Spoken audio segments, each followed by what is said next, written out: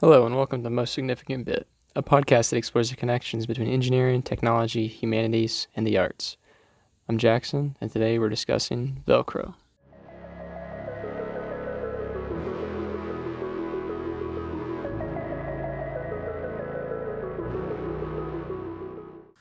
So, our story begins in 1941. This Swiss engineer named Georges de Mestral. After a hunting trip in the Alps, he noticed his dog was covered in burrs, those clingy little seed pods that stick to everything. Most people would brush them off and move on, but de Mestral, he grabbed a microscope. Under magnification, he saw something remarkable. Each burr was covered in tiny hooks that latched onto the fabric loops in his clothing and on his dog's fur. Nature had engineered a perfect fastening system. That moment sparked an idea he had. Could this natural mechanism be recreated artificially and potentially sold for a profit? De Mestral spent years experimenting with materials. Cotton didn't work, wool didn't work, but nylon, when heated, formed stiff little hooks. After countless prototypes, he created the now famous hook and loop fastener. He patented his invention in 1955 and named it Velcro, combining velour and crochet. It sounded futuristic, and honestly it was. But early Velcro wasn't perfect. It was stiff, noisy, and expensive to produce. Manufacturers were not convinced. Fashion designers hated it, even consumers didn't know what to make of it. Velcro did a breakthrough. That breakthrough came from an unexpected place, NASA. In the 1960s, astronauts needed a way to secure tools, equipment, and even food in zero gravity. Velcro was lightweight, reliable, and easy to use with bulky gloves.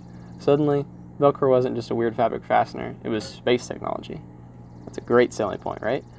Once the public saw astronauts using it, Velcro's reputation skyrocketed and became associated with innovation, science, and the future. From there, Velcro found its way into clothing, medical devices, military gear, sports equipment, and eventually everyday items like shoes and backpacks. So how does it actually work? Each Velcro strip has two sides. The hook side, which has tiny stiff plastic hooks, and the loop side, which has the soft, flexible fibers. Press them together and the hooks catch the loops. Pull them apart and they release with that iconic ripping sound. It's simple but incredibly effective. Velcro can be engineered to be strong enough to hold hundreds of pounds, soft enough for baby clothing, precise enough for medical applications, and durable enough for outdoor gear. And unlike zippers or buttons, Velcro has no moving parts. It doesn't jam, rust, or break easily. This technology has come a long way since the 1950s. Today, engineers create specialized versions. They have silent Velcro for military operations, heat-resistant Velcro for aerospace, micro Velcro for electronics, and recyclable Velcro for sustainability. There's even research into gecko-inspired adhesives that mimic microscopic hairs on lizard feet, a potential evolution of hook and loop technology. Velcro may be simple, but it's still inspiring new ideas. And Velcro does have a large impact on our everyday life that most of the time we don't even think about. Just think about how many times you've used it probably this week.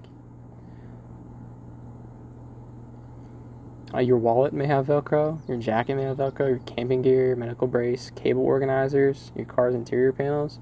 I mean, on and on. There's so many commodities, but also fully, expensive products that require and use Velcro. Velcro makes everyday tasks easier. It's one of those inventions that disappears in the background because it works so flawlessly and requires so little thinking. It all started with a curious engineer and a burr stuck to his dog.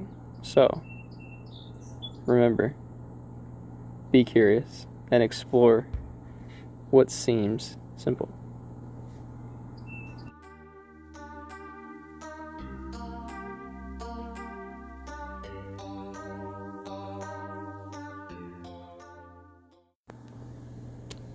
So today we covered Velcro, its history, evolution, and its modern state. Thank you for listening to The Most Significant Bit. I really hope you enjoyed listening and learning. We'll see you next time.